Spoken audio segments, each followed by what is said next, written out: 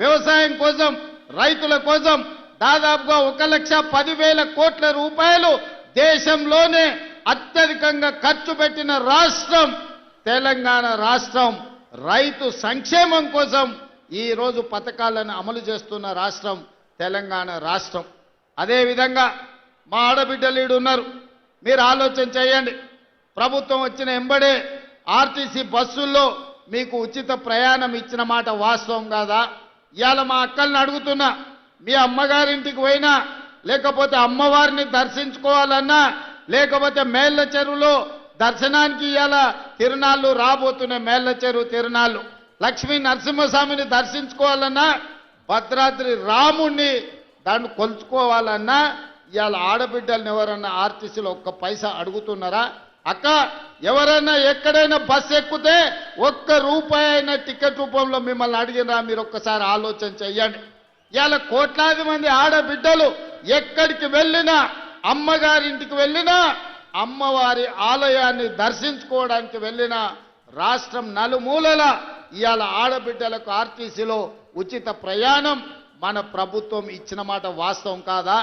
ఇవాళ మా ఆడబిడ్డలకు ఒకటే మాట చెప్తున్నా, ఆర్టీసీలో టికెట్ లేని ప్రయాణం చేసిన వాళ్ళందరూ కాంగ్రెస్ పార్టీకి ఓటేస్తే బీజేపీకి బీఆర్ఎస్ కి డిపాజిట్లు కూడా రావు. ఇవాళ కాంగ్రెస్ వాళ్ళకే కాదు బీఆర్ఎస్ వాళ్ళకు, మిర్యాల కూడా మున్సిపాలిటీలో పోటీ చేస్తున్న బీఆర్ఎస్ బీఫామ్ మీద పోటీ చేసిన ఆడబిడ్డలకు కూడా మనం ఆర్టీసీలో ఉచితంగా బస్సు ప్రయాణం ఇచ్చినాం. మీరు బీఆర్ఎస్ పార్టీ వాళ్ళు కాబట్టి మీకు బస్సులో ప్రయాణం ఇయ్యలేదని ఎప్పుడు మనం మాట్లాడలే. గతంలో వాళ్ళు ఉన్నప్పుడు బీఆర్ఎస్లు ఉన్నోనికే సంక్షేమ పథకాలు ఇస్తామన్నారు. ఇవాళ ఏ పార్టీలైనా ఉండని బీఆర్ఎస్ నాయకుల ఇండ్లకు 200 యూనిట్లు ఉచిత కరెంట్ ఇవ్వలేదా? ఇవాళ బీఆర్ఎస్ నాయకులకు రేషన్ కార్డులు ఉత్తమ్ కుమార్ రెడ్డి గారు ఇవ్వలేదా? ఇవాళ బీఆర్ఎస్ నాయకులకు సన్న బియ్యం వాళ్ళ ఇంటికి ఇస్తలేమా? ఇవాళ బీఆర్ఎస్ మహిళలకు ఆడబిడ్డలకు ఆర్టీసీలో ఉచిత బస్సు ప్రయాణం మనం ఇస్తలేమా? ఇవాళ మనం వివక్ష ఎక్కడ చూపియలే.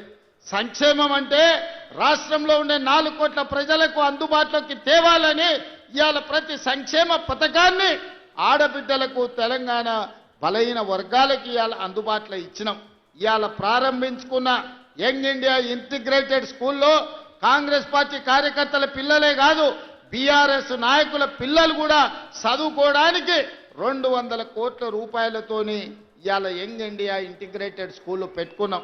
100 నియోజకవర్గాలలో 100 యంగ్ ఇండియా ఇంటిగ్రేటెడ్ స్కూల్ కడుతున్నామంటే బడుగు బలైన వర్గాల బిడ్డలు, దళితులు, ఆదివాసీలు, లంబాడ సోదరులు చదువుకోవడానికి 20,000 కోట్ల రూపాయలతోని 100 పాఠశాలల్ని ఇవాళ తెలంగాణ రాష్ట్రంలో మనం నిర్మిస్తున్నాం. ఇవన్నీ ఎందుకు మిత్రులారా? ఇందిరమ్మ ఇండ్లు ఇంతకుముందే లక్ష్మారెడ్డి అన్నాడు, అన్నా 3,500 ఇచ్చారు, అవి సరిపోతలేవు, మా మిర్యాల గుడికి ఇంకా కావాలి, నువ్వు ఇయ్యాలని. ఆనాడు రాజశేఖర రెడ్డి గారు ఉన్నప్పుడు ఇందిరమ్మ ఇండ్లు తెలంగాణ రాష్ట్రంలో 25 లక్షల ఇండ్లు కట్టించినాం. డబుల్ బెడ్రూమ్ ఇండ్లు ఇస్తా అన్నాడు. మీరు అల్లుడు తేడ వండుకుంటాడు, కొడుకు కోడలు ఉంటే యాడుంటారు, కోడి పిల్ల కుక్క పిల్ల ఉంటే యాడ కట్టేసుకుంటారని కేసీఆర్ మనకు ఊరిచ్చిండు కానీ ఆయన 1000 ఎకరాలలో ఫామ్ హౌస్ కట్టుకున్నాడు.